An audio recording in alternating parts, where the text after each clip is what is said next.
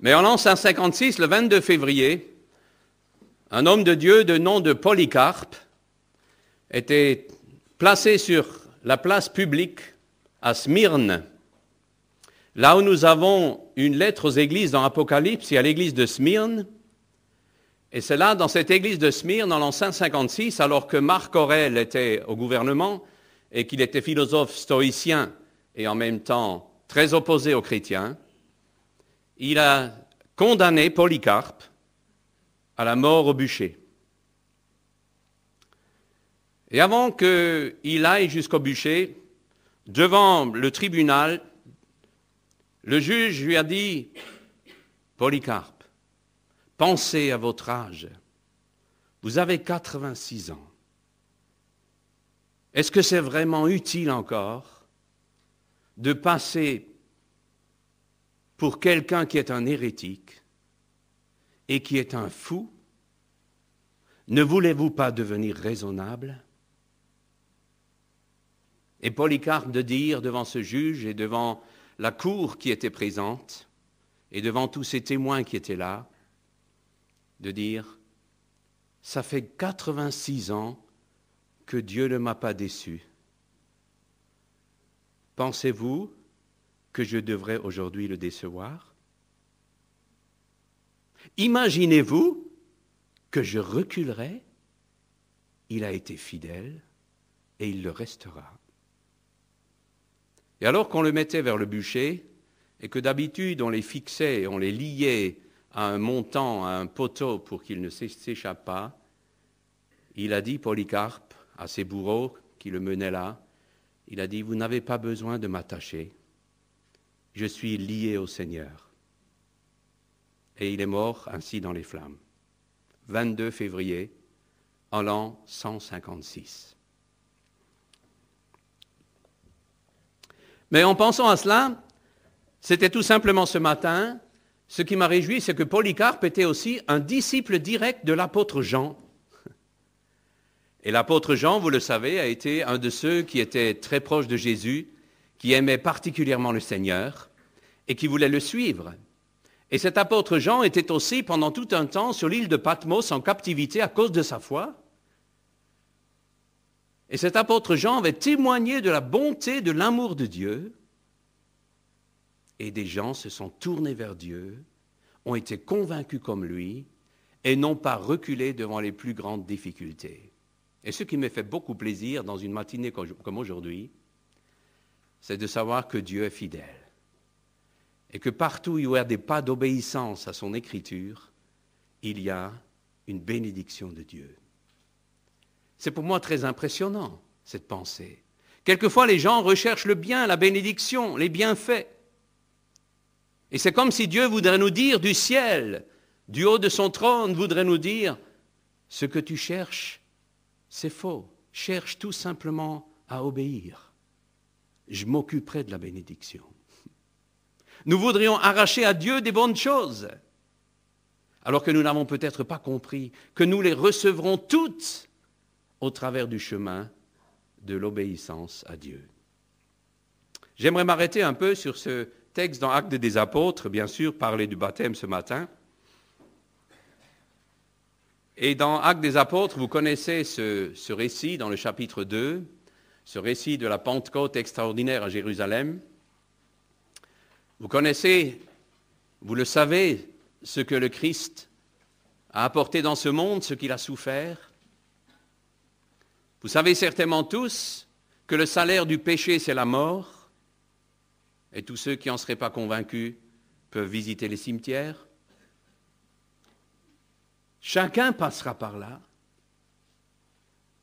Mais nous savons aussi qu'au travers de l'Évangile, et ce que Jésus a apporté, en mourant avec nos péchés, en étant le sacrifice vivant et l'agneau de Dieu pour payer nos dettes, nous savons que la mort physique, pour ceux qui croient en lui, ne sera qu'un passage. Déposer un corps pour ensuite avoir un corps d'éternité auprès du Seigneur. Lorsque l'apôtre Pierre, à la Pentecôte, a pris la parole, c'était une situation particulière. Parce que les disciples devaient attendre à Jérusalem, rester sur place jusqu'à ce que le Saint-Esprit allait venir pour eux. L'Esprit de Dieu, le consolateur, celui qui allait les consoler du fait que Jésus n'était plus physiquement avec eux. Il allait venir les consoler pour vivre avec eux et leur donner la force du témoignage. Dans Acte 1, il nous a dit, dans l'Écriture, vous recevrez une puissance et vous serez mes témoins. Pas une puissance pour n'importe quoi, pour être des témoins.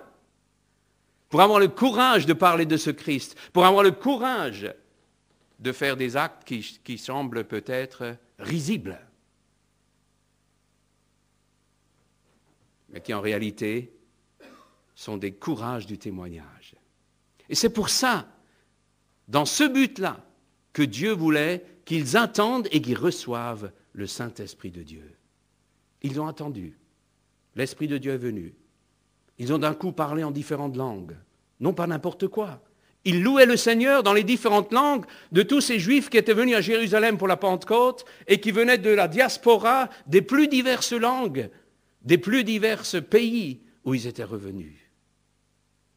Et tous entendaient, les disciples, louer le Seigneur dans ces langues étrangères où les gens comprenaient. Et bien sûr, comme c'était encore le matin, certains bien pensants se sont dit, ils ont des problèmes les gars, hein? Ils ont peut-être un peu trop bu, non? De parler n'importe comment, dans des langues qu'on ne comprend pas tous. Et Pierre s'est levé et a pris la parole. Et il a dit à tout ce peuple qui était réuni là à la Pentecôte, que ses amis qui sont en train d'avoir l'Esprit de Dieu ne sont pas sous, mais que ses amis, en réalité, témoignent du fait que le Christ Jésus, le Messie qui est venu, est réellement le Sauveur, qu'il est mort pour pardonner les péchés du peuple, et que tous ceux qui allaient croire en Jésus et le recevoir comme Sauveur personnel dans leur vie, allaient recevoir l'Esprit de Dieu, la vie éternelle. Et alors là, après avoir entendu cela, ils eurent le cœur vivement touché, et ils dirent à Pierre et aux autres apôtres, « Frères, que ferons-nous » Pierre leur dit, « Repentez-vous, et que chacun de vous soit baptisé au nom de Jésus-Christ pour le pardon de vos péchés, et vous recevrez le don du Saint-Esprit. Car la promesse est pour vous, pour vos enfants, et pour tous ceux qui sont au loin, en aussi grand nombre que le Seigneur, notre Dieu, les appellera. » Et par beaucoup d'autres paroles, il rendait témoignage et les exhortait en disant, « Sauvez-vous de cette génération perverse. » Ceux qui acceptèrent sa parole furent baptisés. Ce qu'il y a de très beau à l'Évangile et à la parole de Dieu, c'est que les choses sont directes et simples.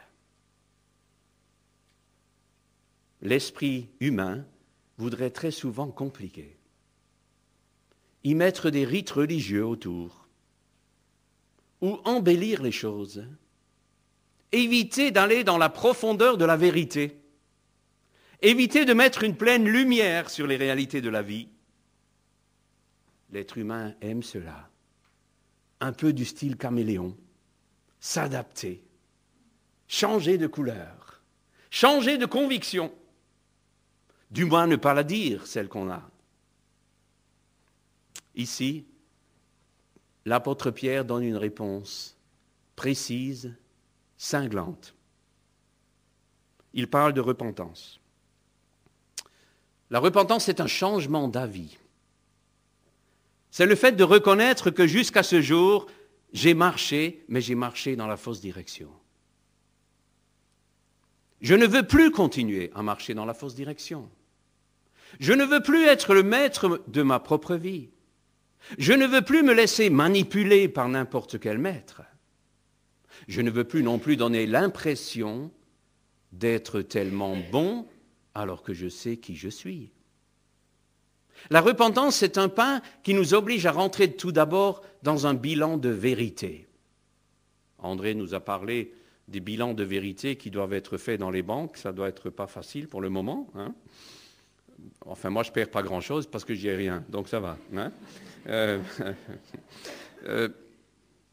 Mais faire le bilan de vérité dans son existence, c'est très difficile. Parce qu'un bilan, on le fait par rapport à certains critères. Et aussi longtemps que nous regardons les critères de ce monde, de notre société, les masques qui sont portés, les valeurs qu'il faudrait jouer dans ce monde, nous n'arriverons pas à faire un bilan juste de notre existence. Devant l'œuvre de Christ, devant celui qui a refusé de se défendre lorsqu'il était injustement accusé, devant celui qui a renoncé à lui-même pour porter le mal des autres, c'est devant lui que le bilan devient vrai pour mon existence et joua toutes mes injustices, mes justifications personnelles, les masques de l'existence. Et c'est devant lui, enfin, que sans être accablé, on peut devenir vrai. C'est tellement bon de le savoir. Se repentir, c'est devenir vrai et avouer tout simplement les réalités de ce qu'on est. Dans la repentance, il y a deux aspects. Un aspect qui paraît négatif et qui pourtant est positif, mais un aspect qui est un regard sur le passé, où le bilan est franchement négatif.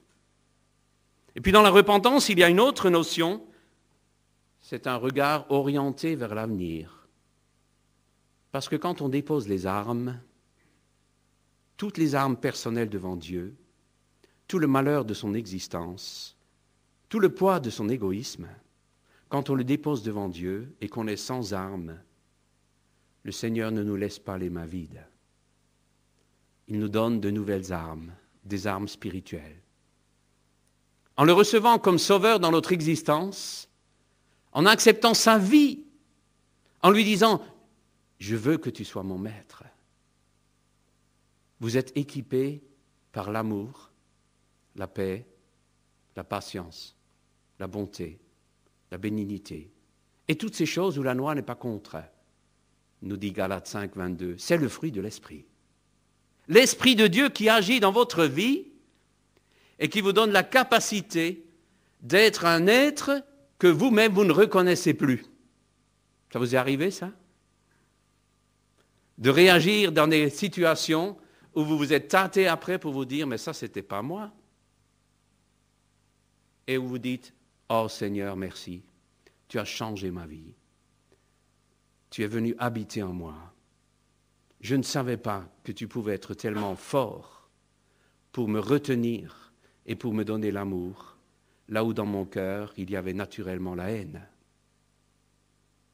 La bonté de Dieu, la bonté de Dieu.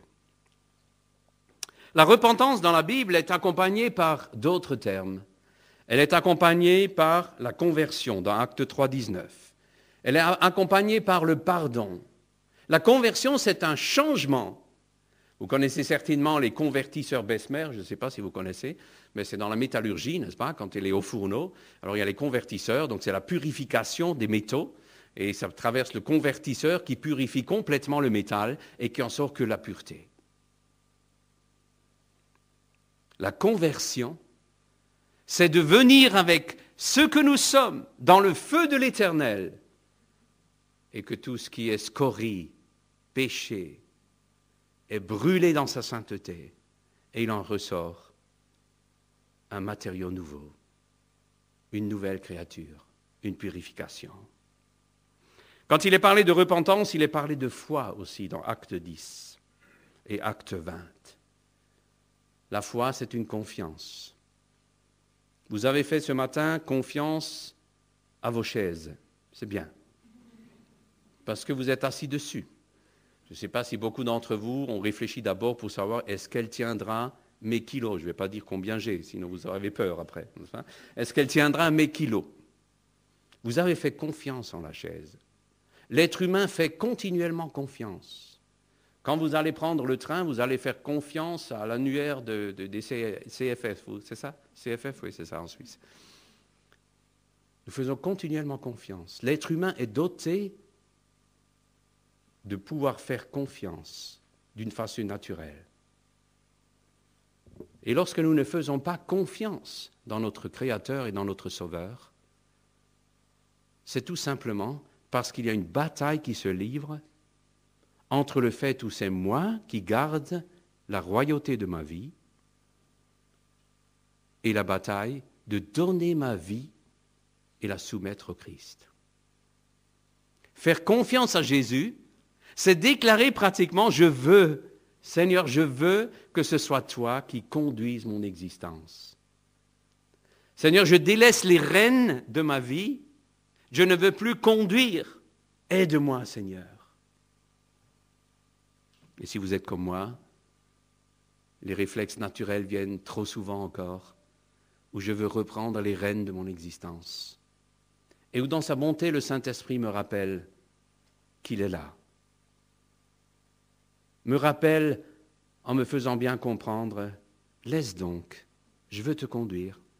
Fais-moi confiance. Fais-moi confiance. Le baptême, vous l'avez vu ce matin, c'est une prise de position. Ça peut paraître banal, risible même. Au travers de tous les siècles, ceux qui ont pratiqué le baptême de la foi ont été ridiculisés. Certains plus ont été persécutés. Le réformateur Zwingli ne les supportait pas, par exemple. Il en a jeté toute une partie dans la Limmat, dans le fleuve qui passe à Zurich, des anabaptistes. Parce qu'il y a quelque chose qui est contraire à la logique. Pourquoi rentrer dans l'eau? Pourquoi ce geste devant d'autres? Pourquoi ce témoignage rendu? Le Christ Jésus veut nous aider dès le début de notre vie de la foi, pour que nous soyons capables à déposer à certains moments tout notre raisonnement de sagesse terrestre et humaine et d'entrer dans un pas de l'obéissance. Il a décrété que le baptême était un acte de foi et d'obéissance. Il voudrait que nous apprenions l'obéissance. Et dès le départ, il veut nous permettre d'obéir devant d'autres. Ce qui nous aidera de plus en plus à prendre position dans ce monde, dans la société, et de pouvoir dire à d'autres, à des collègues, à des gens que nous rencontrons, dis donc, j'ai trouvé le salut, le pardon, la paix. J'ai trouvé la vie éternelle. Et vous allez certainement tous déjà remarquer qu'avec de tels mots, il y a des visages d'incompréhension en face de vous. Mais il y a l'Esprit de Dieu qui travaille dans les consciences et dans les cœurs. Et c'est l'Esprit de Dieu qui convainc. C'est l'Esprit de Dieu qui suscite des nouvelles naissances. C'est l'Esprit de Dieu qui transforme des vies. Et c'est si beau d'être spectateur de l'œuvre de Dieu. Alors ce matin,